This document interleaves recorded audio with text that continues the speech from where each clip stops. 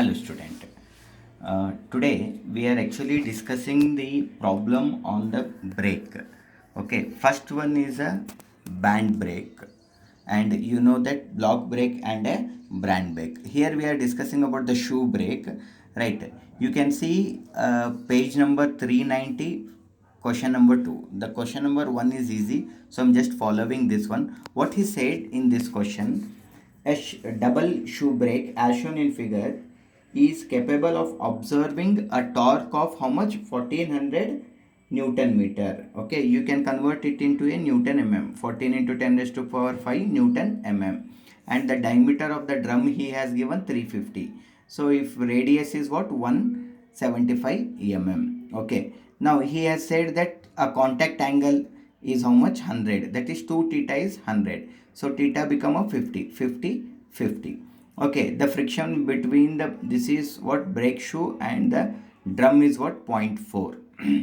And he asked us to find out the spring force and the width. Spring force, this is a spring force, and the width B when the pressure is how much? 0.3 Newton per mm.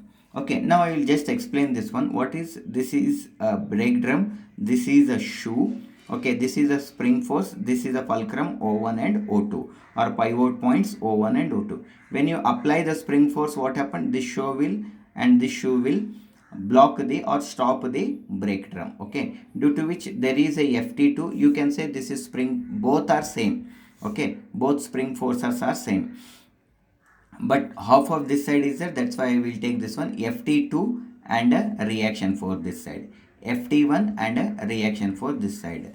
From the center how much it is? 250, and bottom it is 100, and the fulcrum points from the drum how much distance it is difference? 40, and this is 40. So we have to define first spring force. Okay, to do this spring force, what we have to do? We can have a moment about O2 0 and moment about O1 0. We can do. Okay, this is y up because the force is this side. This is y down because the force is this side. Okay, so first I will calculate the F dash. Okay, that is friction force. F dash is equals to what? F into 4 sine theta divided by 2 theta plus sine 2 theta. Okay, this is from equation 13.69, page number 219. You can see from the data handbook, Mahadevan and Balveer Reddy. Okay, if you calculate, everything is known. F is how much? 0.4. Theta is how much? 50. So if you know how much you are going to get, you are going to get this one as a 0.4489. Okay, now I will take what I said. First I will take moment about O2 is equals to 0. That is summation of MO2 equals to 0. Now what is this? Spring force. S into how much height? Up to here. Force into perpendicular distance. That is 250 plus 200. That is totally 450. S into 450 plus both this direction. So ft2, because this is also clockwise, this is also clockwise. ft2 into perpendicular distance. See, up to fulcrum we have to take. This is how much? The radius is what? 175. But fulcrum is how much? 40 mm. That means you have to, if I say like this is a radius 175 and a fulcrum is at 40. That means 40. That means 175 minus 40. That is 135. So I will take ft2 into 135, which is equals to, Rn is in this side, Rn2 into, what is the perpendicular distance? Rn2, this distance, that is how much? 200. If you do, you will get S. Okay, S into 450. One more thing I forgot to tell you. Here also you can do, here itself or here also. ft2 is equals to what? F dash into Rn2. ft2 is what? F dash into Rn2. ft1 is what? F dash into Rn1. right? So same thing you put here, that is S into 450 plus Fn2 is what, F dash Rn2 135 equals to Rn2 into 200.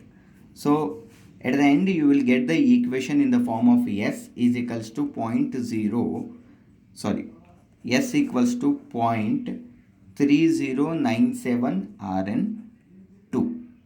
So same way, this I will make it as a 1. The same way what we can do, summation of M O1 equals to 0. Summation of M O1 equals to 0 means same thing, S into 450, S into 450.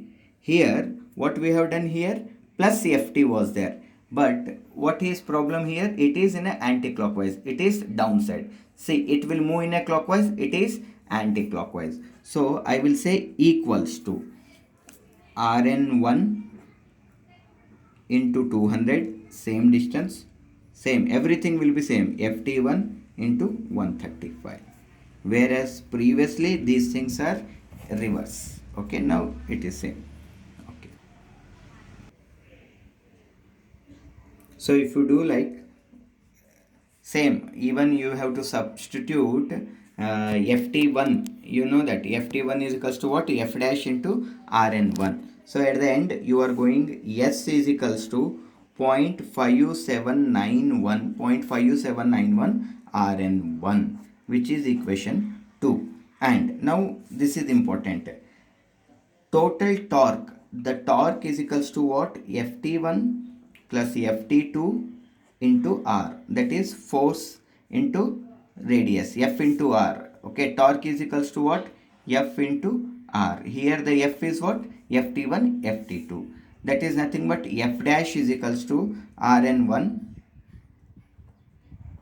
plus rn2 equals to r. Why? Ft is equals to f dash into rn1, ft2 is equals to f dash into rn2. So I have taken f dash as a common. So you can go like this one. So by doing this, you know the f dash value, you know the r value. So you are getting rn1 plus rn2, which is equals to 17821.34 Newton. Okay, now you can have a rn1 or rn2. I will make it rn2. Rn2 is equals to 1.8698 Rn1. Okay. Now you got Rn2 in the form of a Rn1. Substitute in the previous equations. And that is equation 1 and 2. From that you will get the spring force as 3596.18 Newton.